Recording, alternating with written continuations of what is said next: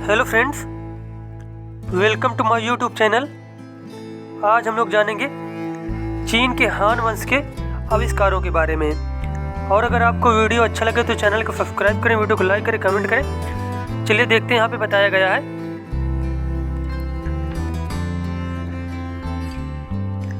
अब देखो यहाँ पे नंबर 1 बताया गया है, भूकंप सूचक यंत्र। चीनी वैज्ञानिक झांग हेंग ने खगोल विज्ञान से लेकर घड़ी बनाने तक काम किया था, लेकिन उसे सबसे अधिक जाना जाता है दूर के भूकंपों का पता लगाने के लिए। पहले उपकरण को बनाने के लिए झांग हेंग ने अपने इस उपकरण को 132 एडी में हान के दरबार में पेश किया था।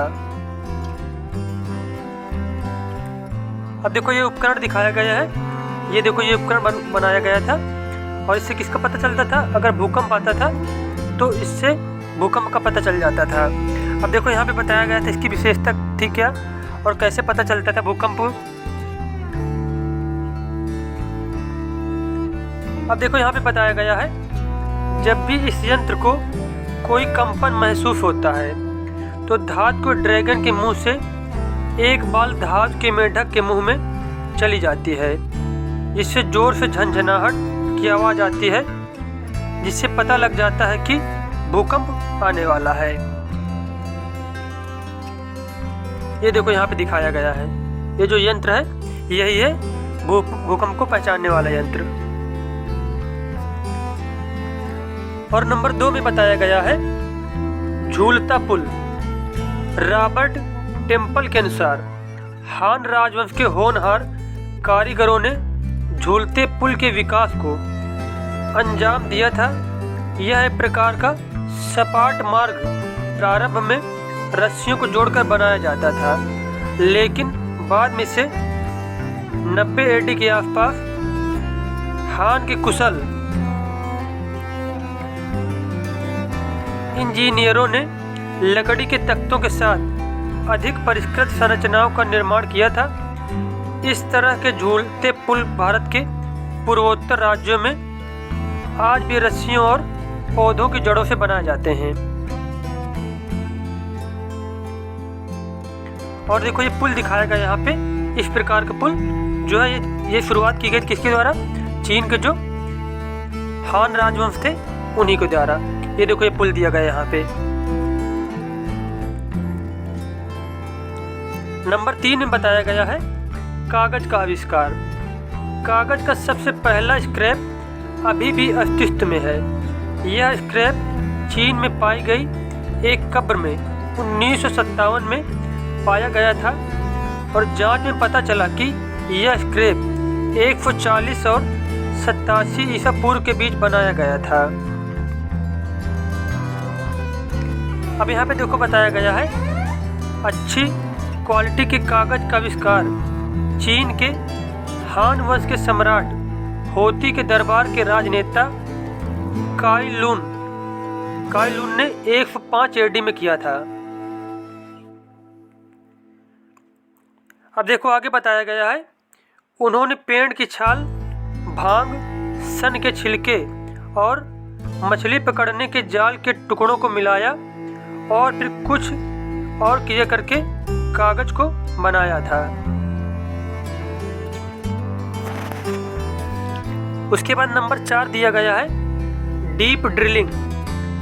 यह मशीन थी एक प्रकार की। देखो बताया गया यहाँ पे, पहली शताब्दी ईसा पूर्व में हान राजवंश में नमक खनिज लोहे के सरियों की मदद से पहले जमीन में लगभग 4800 फीट तक खुदाई करते थे, फिर ट्यूब की मदद से इसी गहराई से लवण जल बाहर निकालते थे।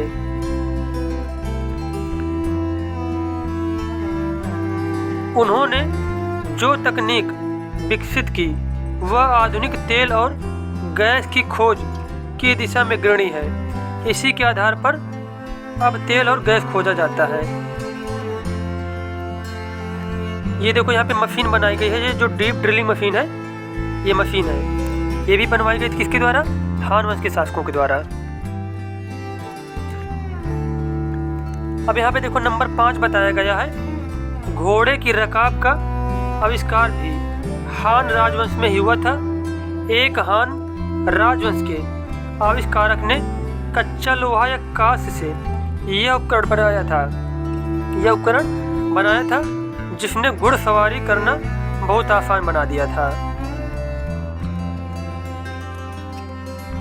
इसकी मदद से घुड़सवार बिना लड़खड़ाए काफी सामान के साथ घोड़े पर चढ़ सकता था। यह एक ऐसा क्रांतिकारी आविष्कार था जो अगले कई सदियों में एशिया से लेकर यूरोप तक फैला था। जहां मध्ययुगीन शूरवीरों के लिए यह संभव था कि वे बिना रुके भारी हथियारों से अपने हथियारों की सवारी कर सकें। और ये देखो यहाँ पे दिखाया गया है। इसका आविष्कार भी किस टाइम में हुआ था? हान राजवंश के शासकों के द्वारा। नंबर 6 दिया गया है एक पहिया वाला ठेला। MJT लेविस का एक लेख प्रौद्योगिकी और संस्कृति जनरल में 1994 में प्रकाशित हुआ था। इस लेख के अनुसार एक पहिया वाले ठेले का आविष्कार चीन में संभवतः 100 ईसा पूर्व में हुआ था। इस ठेले के आविष्कार से व्यक्ति काफी वजन एक जगह से दूसरी जगह पर ले जा सकता था। और बताया गया है उसके हाथों पर ज्यादा वजन भी नहीं आता था। ये देखो ये जो ठेला दिखाया गया है इसको सभी लोगों ने देखा होगा। हमारे यहाँ भी क्या है, ये बहुत ही ज्यादा प्रचलित है। नंबर 7 दिया गया यहाँ पे हल का आविष्कार। रॉबर्ट ग्रीनबर्गर की किताब the technology of ancient China के अनुसार चीनी किसान 6वीं शताब्दी ईसा पूर्व तक खेतों में लोहे के हल का उपयोग कर रहे थे। कुछ 100 साल बाद हान साम्राज्य के किसानों ने